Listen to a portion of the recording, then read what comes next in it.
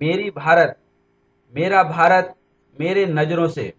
जैसा कि हम सभी जानते हैं, भारत अनंत काल से सशक्त समाज रहा है, सशक्त समृद्धि का प्रतीक रहा है और समस्त संसाधनों से युक्त रहा है, संसार का विश्व गुरु रहा है। मैं आपको बताना चाहूंगा कि भारत एक ऐसी संस्कृति थी जिसकी पूजा होती थी, और यहाँ पे पत्थर को भी हम लोग प्यार से, सम्मान से, हर कण कण में शंकर, हर नदियों को अपनी माँ और धरती को भी अपनी माँ का रूप दिया करते थे।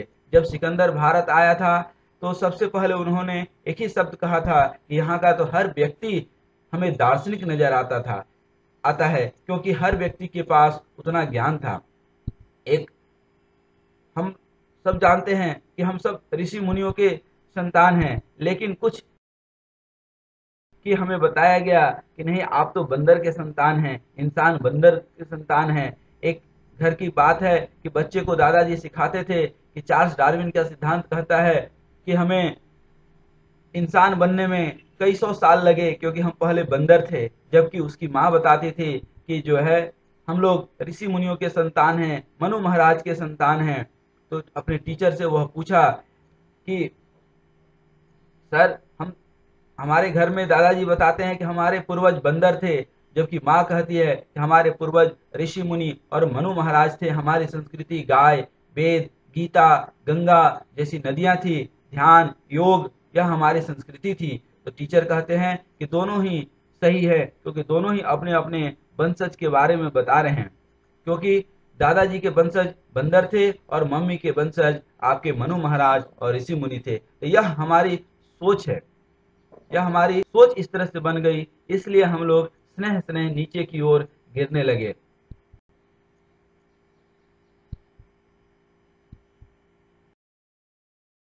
विज्ञान अपने चरम शिखर पर पहुंचेगा तो वहां भी आकर देखेगा कि सनातन संस्कृति पहले से वहां बैठी हुई है, क्योंकि हमारे ऋषि मुनियों ने, हमारे देश के वैज्ञानिकों ने जो खोज की है, वहां तक विज्ञान को पहुंचने में शायद हजारों साल लगेगा, और वहां पहुंच करके भी वह उस विज्ञान को समझ पाएगा या नहीं, कहना मुश्किल है।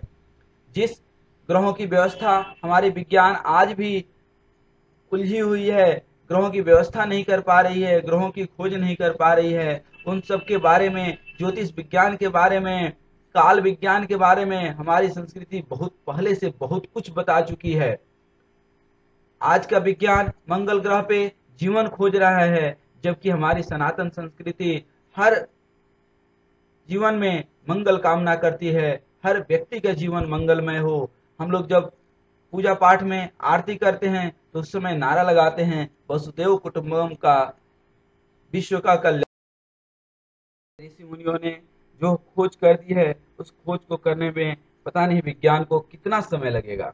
हमारे यहाँ की शिक्षा व्यवस्था और हमारे यहाँ के अनंत ज्ञान विज्ञान, यह हमारे समाज में यूं ही मिल जाता था।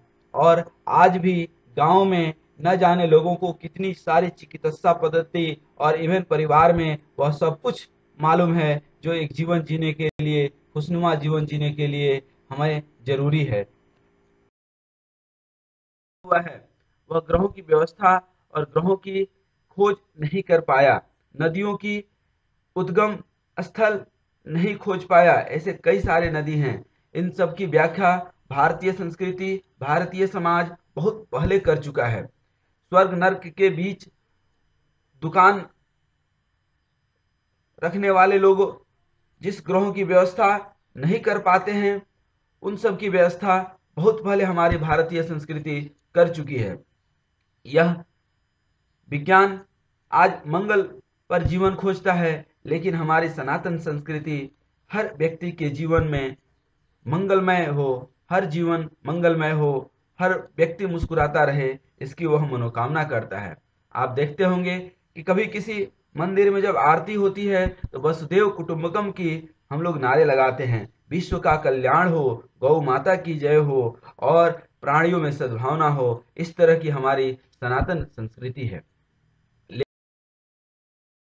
जो हमारे संस्कार थे, वह उस विज्ञान से बहुत ही आगे था, लेकिन कहीं न कहीं हम लोग उस चीज को आज समझ नहीं पाए, और हम लोग अपने ही सनातन संस्कृति के अगेंस्ट में आकर खड़े हो गए। वह हीरे जैसी सनातन संस्कृति जो ज्ञान विज्ञान से ओत-प्रोत थी, जहां शायद विज्ञान कई हजार साल के बाद पहुंचेगा या पहुंच करके भी नहीं समझ पाए, उसको हम लोग दरकिनार कर दिए। जो हम लोग बहुत अच्छे से जानते थे, हमारे पास वह सारे विज्ञान, आध्यात्मिक विज्ञान, अध्यात्म था। हमें लाइफ, जीवन जीने की हर एक कला हमारी संस्कृति सिखाती है।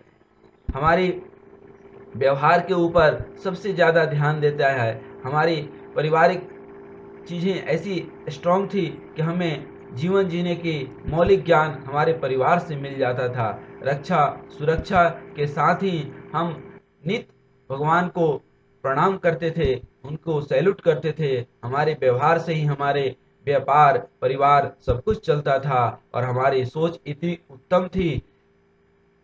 न जाने यह किसकी नज़र लगी और कैसा समय आया कि योग जैसा, आयुर्वेद जैसा और गीता जैसा ज्ञान से हम दिन व दिन वंचित होते जा रहे हैं। और सबसे बड़ी विडंबना है कि हम अपने संस्कृति को खुद नहीं स्वीकार कर रहे हैं। हम उस पश्चिम के संस्कृति की ओर भाग रहे हैं जो वो अपने खुद के संस्कृति से परेशान। कुछ 100 साल पहले भारत में जो ज्ञान और विज्ञान था, जो निडरता थी, जो एक शक्तिशाली भारत कहा जाता था, वह आज दिन व दिन नीचे जाने लगा क्योंकि हम स्वयं को एजुकेट नहीं कर पाए। कीप एजुकेटिंग योर सेल्फ जो हमारे था, और हम उसको नहीं समझ पाए। इस ज्ञान विज्ञान की दुनिया में उलझ करके रह गए। समृद्ध सभ्यता और संस्कृति जो थी,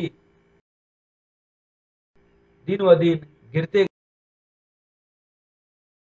देखेंगे कि मुगलों काल से और कुछ न कुछ कारणों से, अंग्रेजों के कारण से या हमारे कुछ धर्म के ठेकेदार और धर्मनिरपेक्ष नेताओं के चलते भारत की कितनी बेइज्जती हुई और गुलामी के जंजीर में हम लोग बंधते गए।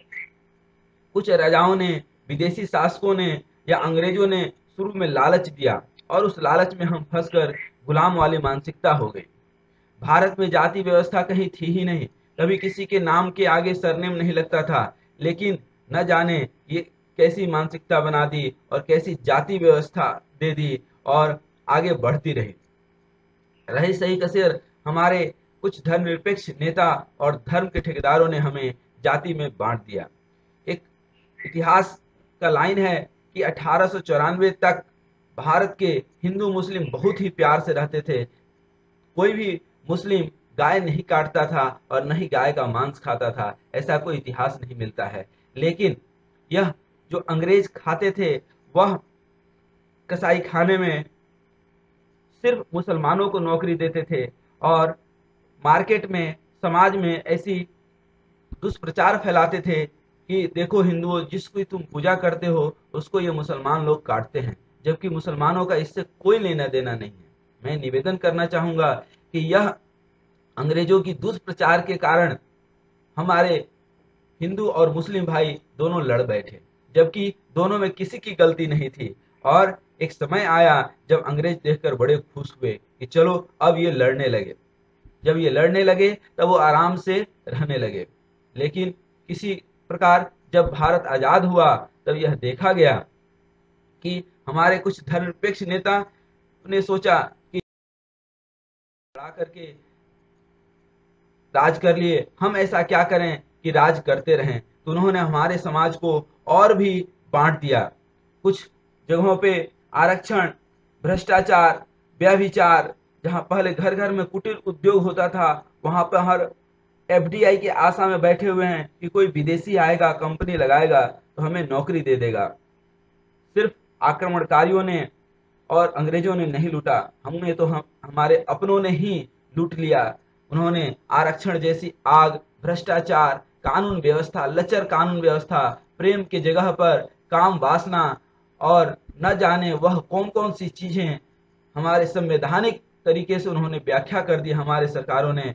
और आज हम लोग आरक्षण के आड़ में जल रहे हैं, करप्शन के आग में उलझ रहे हैं।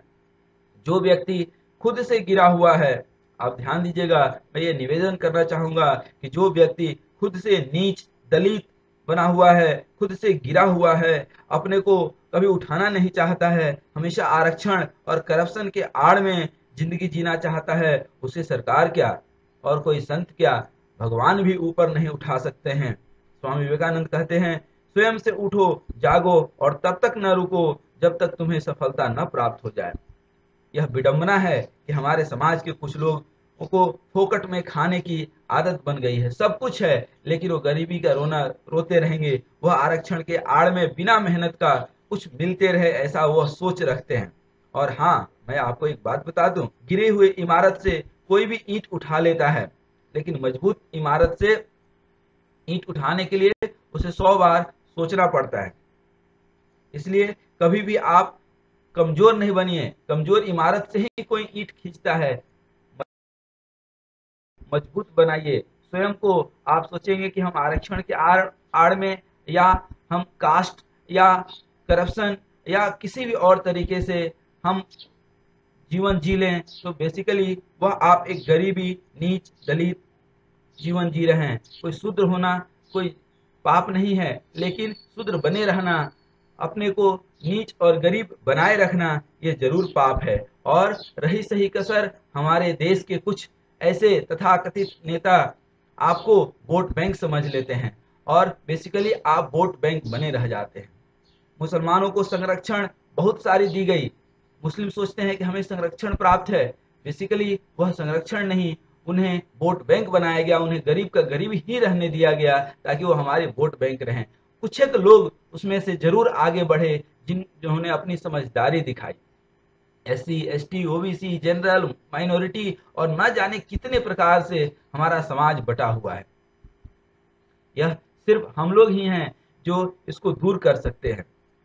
यह जब तक दूर नहीं करेंगे तब तक कुछ लोग हमारे वोट बैंक का फायदा उठाते रहेंगे, हम वोट बैंक समझते रहेंगे, हमें कभी भी वह समृद्ध नहीं करेंगे। समृद्ध करना होता तो इतने जो गरीब हैं, इतनी जो झुग्गी झोपड़ियां हैं, इनको पिछले 70 सालों से न जाने कितने सारे बेनिफिट्स दिए गए। धर्म के नाम पर, राजनीति के नाम पर, जाति के नाम पर, गरीबी के नाम पर, झुग्गी झोपड़ी के नाम पर न जाने कितना इनको सुविधा, लेकिन आज भी वह झुग्गी झोपड़ी ऐसे का वैसे है और तब तक ऐसे ही रहेगा जब तक वह अपनी सोच को ऊपर नहीं करते हैं। हमें जरूरत है कि वह सोच बनाएं जिससे हम जीवन में आगे बढ़ सके। चाहता हूँ कि हम सब आए, एक साथ आए। हम लोग टूटे रहेंगे, बिखरे हुए रहेंगे तो कोई भी हमला कर सकता है, कोई भी हमें परेशान कर सकता है, लेकिन जब साथ रहेंगे, जब एक मजबूत दीवार बनकर रहेंगे तो कोई इसमें से एक ईंट नहीं निकाल सकता है। आओ मेहनत करें और भारत को भाग्यशाली बनाएं। भारत बहुत ही भाग्यशाली है, सिर्फ जरूरत है कि हम अपने विरासत को याद करें और एक फिर से समृद्ध, शक्तिशाली और विश्व गुरु बनने की जरूरत है और हमारे अंदर वह पूरी क्षमता है। बस अंत में फिर से एक बार कहूंगा, हम सब आए, मिलकर मेहनत कर इस भारत को गौरवशाली बनाएं।